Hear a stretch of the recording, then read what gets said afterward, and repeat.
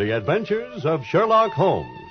The original and immortal stories of Sir Arthur Conan Doyle, dramatized anew, with Sir Ralph Richardson as Dr. Watson and Sir John Gielgud in the role of Sherlock Holmes.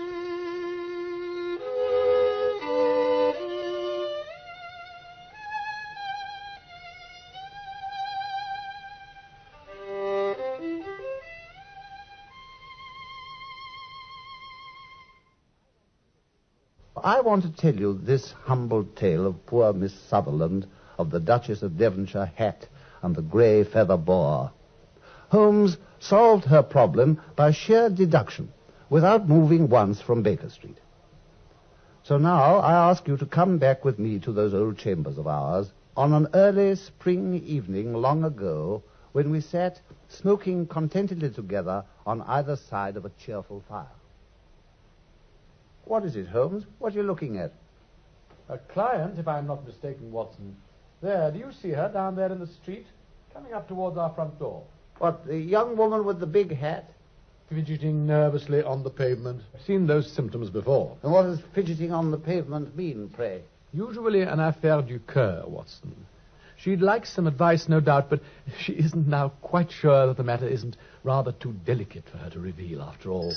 Ah, but now she plunges like a swimmer leaving the bank. Oh, my soul, Holmes, you really are impossible. I suppose you can find some further inference from the very ringing of the bell. Of course. Even there one may discriminate. A bell may be rung in 100 different ways. On this occasion we may take it that there is a love matter, but that somewhat sizable maiden isn't so much angry as perplexed or grieved. Holmes. Will you kindly admit her, my dear fellow, and then we can resolve our doubts? Of course. I'm all eagerness. Good evening. May I see Mr. Sherlock Holmes, sir? Yes, certainly. And the name, please? Miss Mary Sutherland. Oh, come in, Miss Sutherland. This is Mr. Holmes. I'm his friend and partner.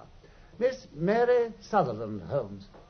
Ah, Miss Sutherland, good evening. Do sit down. Good evening. Don't you find that with your short sight it's a little trying to do so much typewriting? Well, I did at first, sir, but I got... Mr. Holmes, you must have heard of me. How did you know that? It's my business to know things. Otherwise, why should you come to consult me? This gentleman here is Dr. Watson, by the by. You can rely entirely upon his discretion. Thank you, sir. You see, I came because I'd heard of you, Mr. Holmes. I knew you helped people who were in trouble. And what trouble are you in, Miss Sutherland? Oh, sir, I'd give anything if you could solve it for me.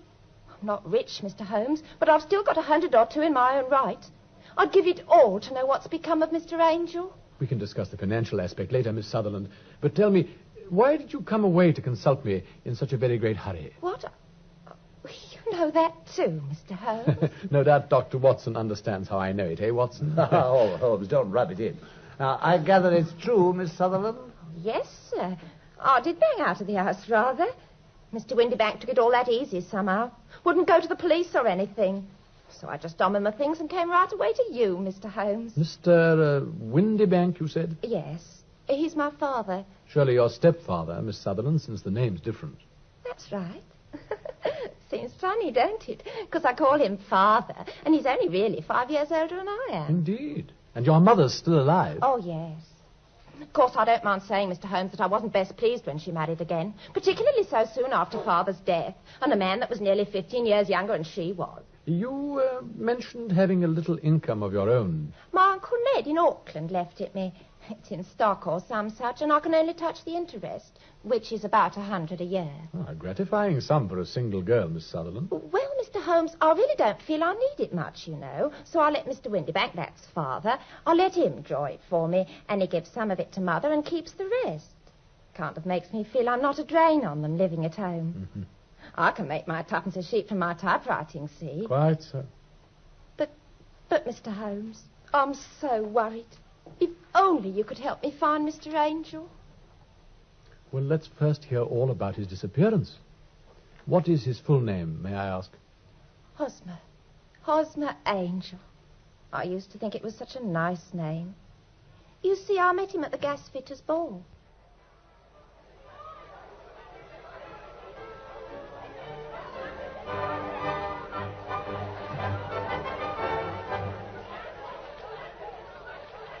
Miss Sutherland, may I? Oh, Mr. Angel. Again? It's the 6th dance you've asked me for, Mr. Angel. Maybe I might ask for another one, too, before it's done, Miss Sutherland. Maybe another 2. There only are another 2, Mr. Angel. Well, then.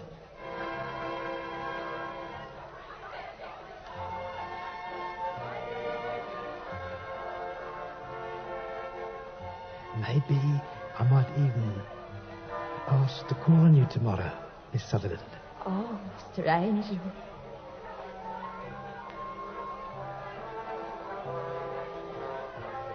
Couldn't you call me Hosmer? Husband. Mary.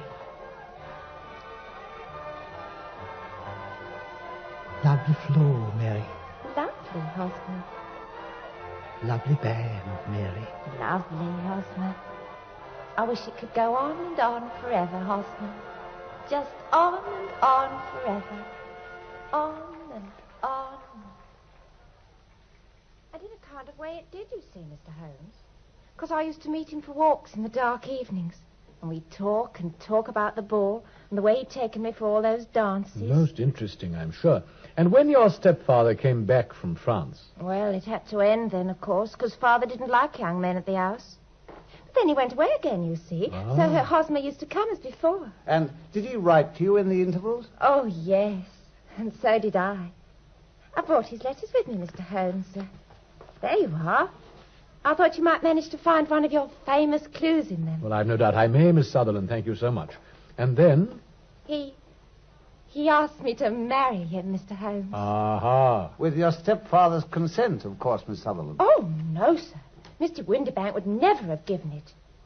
After he'd gone to France, Hosmer came to the house one night in dreadful earnest and made me swear with my hands on the testament that I'd always be true to him, whatever happened. He said, could we be married before Father came back from his latest trip? And I said yes. And Mother was all right, too. She was on our side, and so... Well, Miss Sutherland? It was all arranged for last Friday, very quietly at St. Saviour's near King's Cross. Oh, Mr. Holmes. Oh, now, please, calm yourself, Miss Sutherland. Watson, your handkerchief, perhaps, if you'd be so good. Yes. There you are, my dear. There. Thank you, gentlemen. You're very kind. You see, Hosmer came for Mother and me in a hansom, and he put us both into it. Then he got into a four-wheeler because it was the only other cab in the street. And when we got to the church, Mr. Holmes... The cab was empty. Mr. Holmes, how did you guess? Oh, it's true, Doctor. He just disappeared. Good heavens. And I've never seen him since. I'm so afraid for him. Seems to me that you've been most shamefully treated, Miss Sutherland. Oh, no, sir, no. Hosmer was good and kind. Something dreadful's happened to him. I know he'd never forsake me of his own will. You must find him, Mr. Holmes. Well, I'll do my best, Miss Sutherland. I'll most certainly do my very best. You can let me have a description of Mr. Angel, can't you? I put an advertisement in the papers the other day. There it is, Mr. Holmes. You'll find it there. Ah, yes, thank you. Dark whiskers, unusually soft voice. We'd had the quinsy when he was young, and it left him with a weak throat. I see. And his address? I never knew it. Well, what about the letters you exchanged? I used to write to the post office in Leadenhall Street, marked to be called for. Ah, and his letters to you are unheaded, I see. Very well, Miss Sutherland. You've made your statement very well, very clearly, and I shall certainly do all I possibly can for you. You'll leave me your address, won't you, so that I can get in touch with you? Oh, here it is, sir. In my bag. I wrote it down before I left. Splendid. Thank you, Mr. Holmes. You've been so kind. Not at all. Good Goodbye. day, sir. Good day, Dr. Watson. Good day, my dear. Oh, Holmes, what a sad story. Have you a theory? No doubt I shall have, Watson. We must think. Will you have a pinch of snuff? Huh? Oh, thanks. I say, what a magnificent box. Old gold with an amethyst. Yes. Oh, of course, I forgot to tell you, Watson. It arrived this morning by special messenger while you were out. A little souvenir from the King of Bohemia in return for my assistance in the case of the Irene Adler papers. Holmes. From the glories of Bohemia to the gas fitters' ball. from the courts of Europe to poor Mary Sutherland. Poor Mary Sutherland. Yes, poor indeed, my dear Watson. Once long ago, at the time when we first met, in the Milverton case, I said I think that there were crimes that weren't crimes in any recognized sense. What, is this one of them? You mean you've solved it, Holmes? Well, I have a glimmering, at least. A glimmering, my dear fellow. Pass me my violin, will you? It only remains to think for a little, Watson. It only remains to think. Capital snuff, this capital. Bless you, my dear fellow.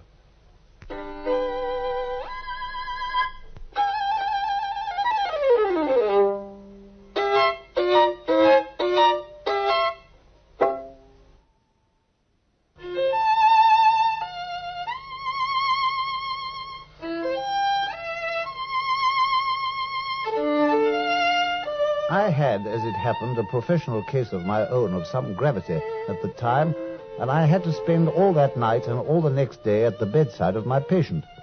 But I confess that during the long, dark watches, my thoughts went back and back to Miss Sutherland and her problem. For all the preposterous hat and the vacuous face, there'd been something rather touching in the simple faith of that unusual visitor of ours.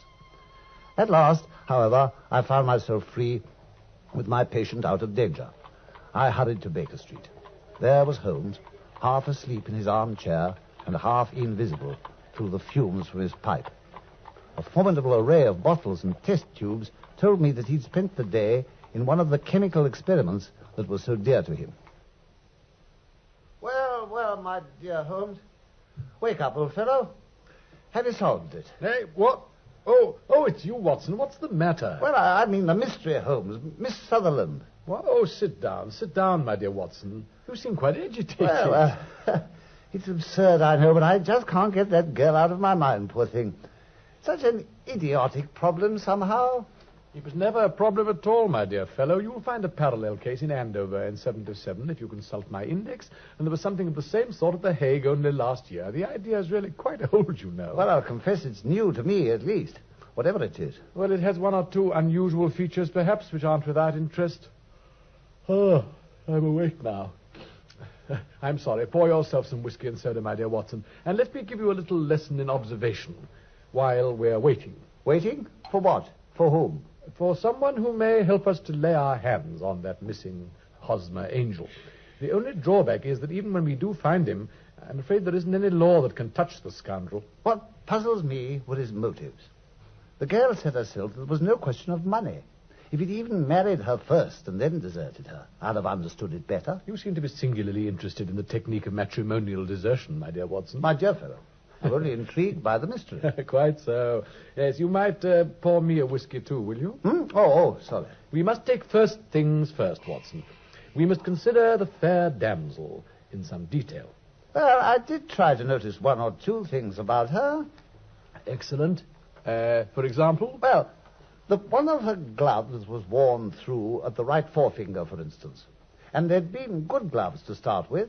So I guessed that she was fairly well-to-do in a kind of jolly, easy-going way, a bit careless and so forth. I mean, before she told us about her 100 a year. Admirable. You progress, Watson. Nothing else about the worn glove? No, I can't say there was particularly. Oh, but I did see the little dents of the pince-nez marks on either side of her nose. I wasn't quite as surprised as she was when you told her she was short-sighted. Splendid, my dear fellow. And the typewriting, of course, and the fact that she'd come to see us in a great hurry, you perceived all that naturally. No, not a bit of it. You had me there, I'm afraid. Well, then let me give you a golden hint, Watson. Always look at a woman's sleeve first. With a man, it's perhaps better to take the knees of his trousers. But I did look at her sleeve, a kind of purple plush. Exactly, and there's hardly a better material for showing traces. The double line a little above the wrist was most beautifully defined, just where the typist presses against the table, of course. Oh, come, Holmes. There must be dozens of other activities where the same thing happens. What, for instance? Well, a sewing machine, say, of the hand type. Well done. That leaves an exactly similar mark, but only on the left arm, my dear fellow, and on the side of it furthest from the thumb, not right across the broadest part, as it was in this case. All right, you win. But the hurry she'd come in. After the sleeve, the boots, Watson. Well, I did glance at her feet. Yes, to consider the trim turn of her ankle, no doubt. Whereas I observed that her boots, although very similar, didn't match. And that one was buttoned only in the 2 lower buttons out of the 5, and the other only at the 1st, 3rd, and 5th, showing plainly... That she dressed quickly, eh? Except that it could also illustrate my own point from the gloves, that she was easygoing and careless. The gloves confirmed the haste, not the carelessness. What you didn't notice, Watson, was that both the glove and the finger through it were slightly stained with violet ink. So she'd written something before leaving home, but after being fully dressed to go out. She'd written in a hurry and dipped her pen too deep, and it must indeed have been on this very morning, or else the mark wouldn't have been so clear. That was the address she wrote down and gave us from her bag. Exactly. Well, I give you best again, Holmes. Thank you. It was all quite elementary. You know, you're really an excellent fellow, Watson. Indeed, and why, pray? Why, to put up with me as you do when I'm so unbearably priggish. Well, let's get back to the missing bridegroom, Holmes. The redoubtable Hosmer Angel. Very well, then. And about him, Watson... Well?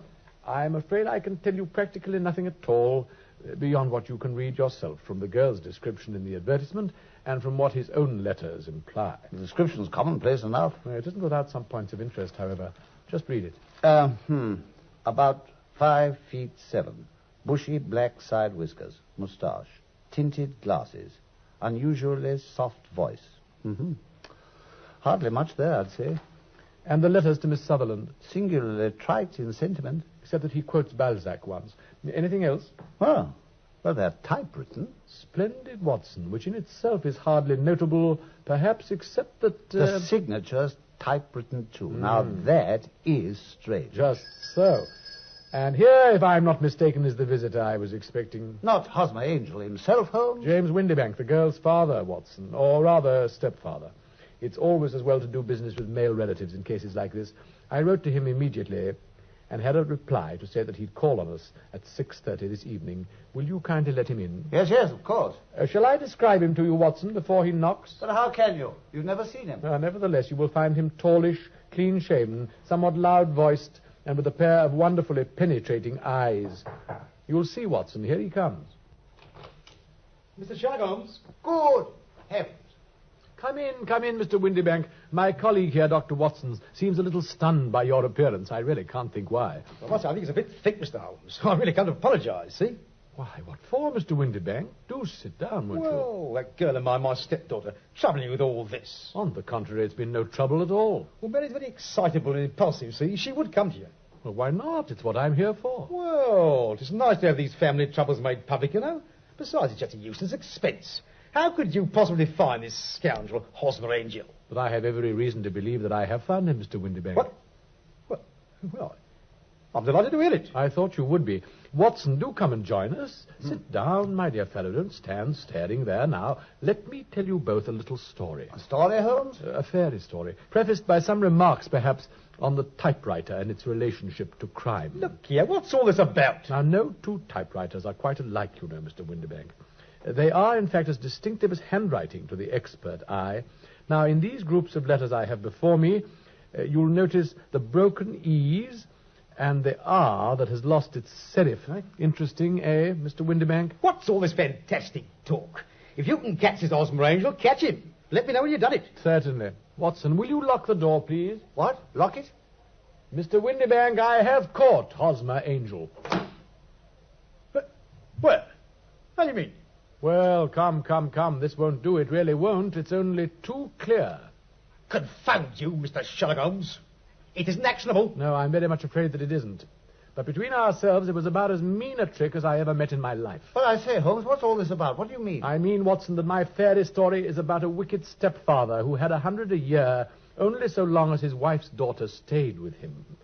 He was terrified lest she'd get married someday. So he begins by denying her any form of entertainment where she might possibly meet personable young men. And when he discovers that won't work forever... He becomes a personable young man himself, upon my soul. Just so, with the connivance of his wife, who seems to be as mean as he is, he adopts characteristics exactly opposite to his own. A soft, voice, tinted glasses to cover his bright eyes, meets her only in the dark. It was a joke. It was only a joke at first. Oh, really, was it? To make a fool of that poor, simple girl, win her confidence and her love, make her swear on the testament that she'd always be true to you, and then, when your own continual visits to France became too much trouble, to take her to the very door of the church, Mr. Windybank, and then conveniently disappear by that old trick of stepping into one door of a four-wheeler and out of the other. By Jove, Holmes. You sicken me, Windybank. Why, you knew perfectly well she'd never forget that one romance of hers. You knew she was tied to you for at least 10 years to come by the tragedy of Hosmer Angel's disappearance. And all for the sake of £100 a year, you greedy wretch. All right. It may be so or it may not. But it's you that's breaking the law and not me. As long as you keep that door locked, your ears will open to an action for illegal restraint. Unlock it, Watson. Ah. No, the law can't touch you, Windybank. You're quite right there. But if that poor girl, Mary Sutherland, had a brother or a friend, he ought to lay a horsewhip across your miserable shoulders. By Jove, I've half a mind to... So have I, Holmes. Confound it. Here's my hunting crop. No, you can't. Here, let go of me. Take your eyes off me. I'll have the law on you. Let him go, Watson. He really isn't worth a charge for assault. Upon my life, the fellow positively made me ill, Holmes. Of all the scoundrelly tricks. Just so, my dear fellow. I suspected it from the start, of course. And when I got his letter confirming our appointment tonight... Typed, of course. On the very machine that Angel's letters have been written on, to disguise his own handwriting, which she'd have known, of course. What a cowardly trick, eh, Watson? Oh, but Mary, Holmes, Miss Sutherland, what are you going to say to her? I've decided, Watson, that this is a case in which I shall have to disappoint my client. What can one tell her? If I gave her the truth, she wouldn't believe it. There's a Persian saying, there is danger for him who taketh the tiger cub, and danger also for whoso snatches a delusion from a woman. We must leave poor Mary with her memory of Hosmer. And so ended the tragedy of the gas fitter's ball. Lovely floor, Mary. Lovely, Hosmer. Lovely band, Mary. Lovely, Hosmer. I wish it could go on and on forever, Hosmer. Just on and on forever. On and on.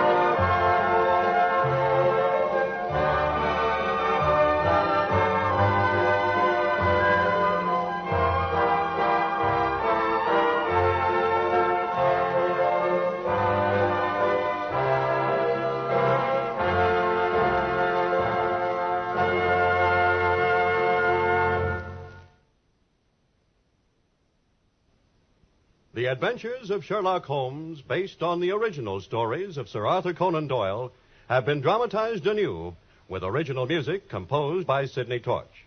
Sir Ralph Richardson played the part of Dr. Watson, and Sir John Gielgud that of Sherlock Holmes. The program was produced by Harry Allen Towers.